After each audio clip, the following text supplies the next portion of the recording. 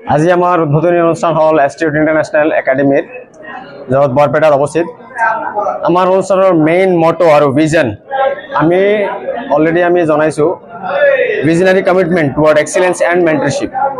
আমার ইয়াতে সকলো ধৰণৰ ফেসিলিটি এভেইলেবল।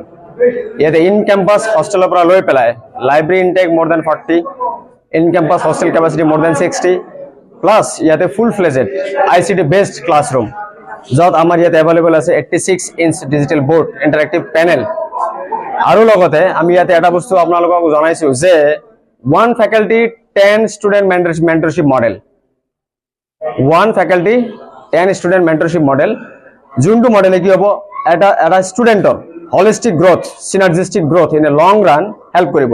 কাৰণ আমি জানো যাৰ হাতত এটা মোবাইল আছে জানিবলগীয়া একো নাই, মোবাইলে সব বস্তু তথ্য দিয়ে। এতিয়া আমাৰ তাতে অভাৱ আছে মেন্টৰশিপ, গাইডেন্সৰ অভাৱত ল'ৰা ছোৱালী পথভ্ৰষ্ট হৈ আছে, আমি জানো আৰু আমি একচেপ্টো কৰিছো।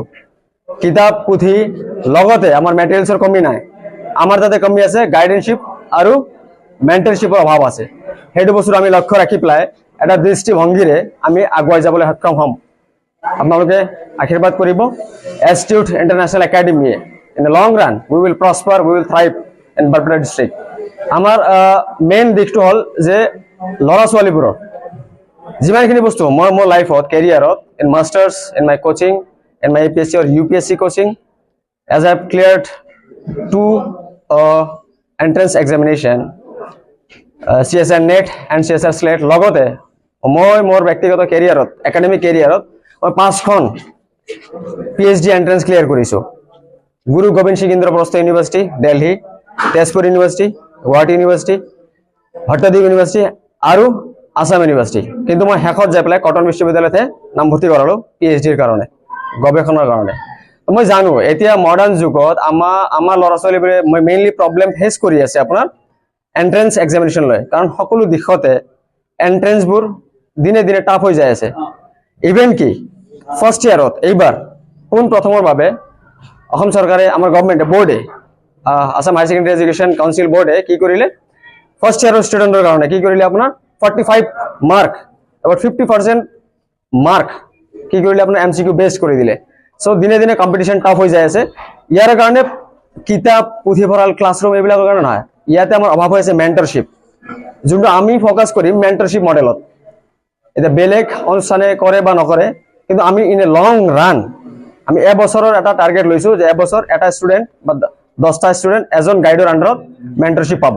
HSLCৰ পিছত আমি এটা পৰীক্ষা পাতিম, এসটিউট টেলেণ্ট এক্সামিনেশ্যন, য'ত আমাৰ ইয়াতে প্ৰথম বিভাগত উত্তীৰ্ণ হোৱা, মানে ফাৰ্ষ্ট হোৱা ছাত্ৰ ছাত্ৰীক আমি কি কৰিম, 1 লাখ টকা এটা পুৰস্কাৰ দিম। দ্বিতীয় স্থানপ্ৰাপ্ত ল'ৰা ছোৱালীক আমি কি দিম, 80,000 টকা, আৰু তৃতীয় স্থানপ্ৰাপ্ত ল'ৰা ছোৱালীক দিম আমি 50,000 টকাৰ এটা উপহাৰ, লগতে এডমিশ্যন ফ্ৰী। আৰু যোনবিলাক আপোনালোকে দুখীয়া BPLৰ কেণ্ডিডেটছ আছে, BPL পৰিয়ালৰ কেণ্ডিডেটছ আছে, সেইসকলৰ কাৰণে সম্পূৰ্ণৰূপে আমি ফ্ৰী কৰাই দিম। লগতে সেই প্ৰৱেশ পৰীক্ষাত আমাৰ এসটিউট ইন্টাৰনেশ্যনেল প্ৰৱেশ পৰীক্ষা যোনটো এন্ট্ৰেন্স এক্সামিনেশ্যন, সেইটো যদি 90% পায় আৰু HSLC এক্সামিনেশ্যনতো যদি 90% পায়, সেইসকল ল'ৰা ছোৱালীৰ কাৰণে আমি এডমিশ্যন ফ্ৰী কৰাই দিম, লগতে আমাৰ টিউশ্যন ফিজো ফ্ৰী কৰাই দিম। আমাৰ ইয়াতে বৰ্তমান মোৰ দেন 260 কেপাচিটি আছে, আৰু ইয়াৰ ফাৰ্ষ্ট ফ্ল'ৰত উইথিন 1 to 2 মান্থ আমি 480 কেপাচিটি বনাই দিম। কিন্তু এইটো এই বছৰ সম্ভৱ হয় নে নহয় এইটো জনাটো ঠিক নহ'ব। হোষ্টেলৰ ব্যৱস্থা ইন কেম্পাছ আছে, ইয়াৰে ওপৰত আপোনাৰ 3rd ফ্ল'ৰ আৰু 4th floor capacity more than 60 capacity currently we have. এড্ৰেছটো ইয়াতে আপোনাৰ আছে গান্ধীনগৰ মুছলিমপট্টি এৰিয়া, পুৰণা বাছ ষ্টেণ্ড, ইয়াতে আপোনাৰ এসটিউট ইন্টাৰনেশ্যনেল একাডেমিৰ লোকেশ্যন অৱস্থিত। মাইছেল্ফ মঞ্জুৰ হাছান, ইয়াৰে মই প্ৰিন্সিপাল হওঁ। প্ৰথমতে এসটিউট ইন্টাৰনেশ্যনেল একাডেমিৰ সকলো বিষয়ববীয়াক মোৰ ফালৰ পৰা ধন্যবাদ জনাইছোঁ যে এনেকুৱা এখন সুন্দৰ এটা অনুষ্ঠানত আমাক আমন্ত্ৰণ কৰাৰ কাৰণে। বিশেষকৈ মই আপোনালোকে লক্ষ্য কৰিছে, মই ভাষণতো মই এটা কথা উল্লেখ কৰিছিলোঁ যে যুৱ প্ৰজন্মই আজি পইচা অলপ পালে মানে ধুনীয়া বেলেগ অনুষ্ঠান এটা পাতিব বিচাৰে, কিন্তু মই দেখা পাইছোঁ ইয়াৰ লগত যিখিনি যুৱ প্ৰজন্ম জড়িত আছে তেখেতসকলে এটা সুন্দৰ এটা শিক্ষাৰ লগত জড়িত এটা অনুষ্ঠান বৰপেটা নিচিনা এটা অঞ্চলত বনাইছে বা আগলৈ আগবাঢ়ি যোৱাৰ কাৰণে চেষ্টা কৰি আছে। এইটো অনুষ্ঠানৰ যোগেদি আমাৰ ভৱিষ্যত প্ৰজন্মখিনি উঠি অহাৰ কাৰণে এটা ভাল পদ পোৱাৰ কাৰণে নিশ্চয় সুবিধা হ'ব। সেইটো হয়, সেইটো ধৰক মই যেতিয়া 1991ত মেট্ৰিক পাছ কৰিছিলোঁ তেতিয়াও মোৰ লগত ষ্টাণ্ট কৰা ছাত্ৰ ছাত্ৰীসকল বা পৰৱৰ্তী পৰ্যায়ত যিবিলাকে ষ্টাণ্ট কৰিছিলে তেওঁলোক সময়ৰ লগত ক'ত হেৰাই গ'ল এতিয়ালৈকে আমি বিচাৰি পোৱা নাই।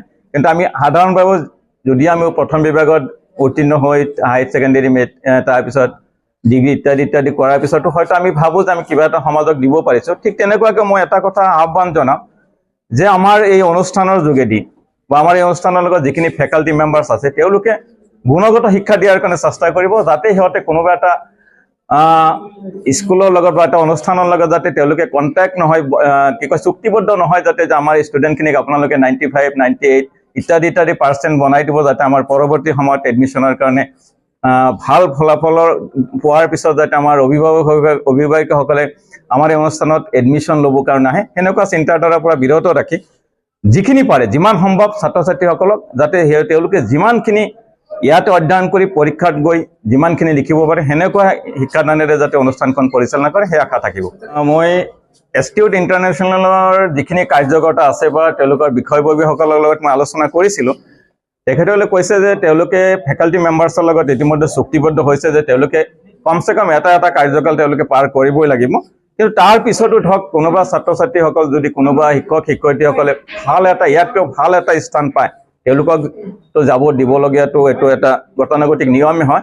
তথাপি তেওঁলোকে ৰিপ্লেচ নোহোৱাকৈ বা এটা ভাল আকৌ এজন ফেকাল্টি মেম্বাৰ নোহোৱালৈকে তেখেতসকলে অনুষ্ঠানটো খালী নকৰে। মই মিজানুৰ ৰহমান, মই বৰ্তমান CRPFত এজন বিষয়া হিচাপে কৰ্মৰত।